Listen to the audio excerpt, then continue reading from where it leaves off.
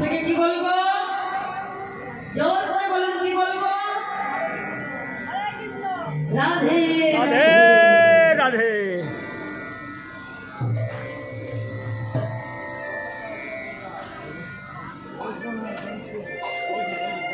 তাই গৌর হরি আমার কথা ধরে শীতল বলে ঘুমাইয়া আছে।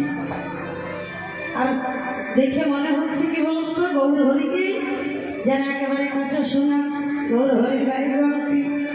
হ্যাঁ গো মা, আজ গৌর হরি কথা ধরে শীতল বলে কেন ঘুমাইয়া আছে?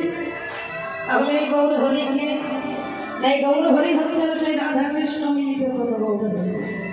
হ্যাঁ, যেদিন বৃন্দাবনের রাসলীলা হয়েছিল, আর ওই রাসনৃত্যের পর রাধার গোবিন্দকে সখীরা কুঞ্জের মধ্যে শয়ন দিল। আমি তো আমার দেহ মন জীবন যৌবন সবই তো তোমার চরণে করেছি সমর্পণ।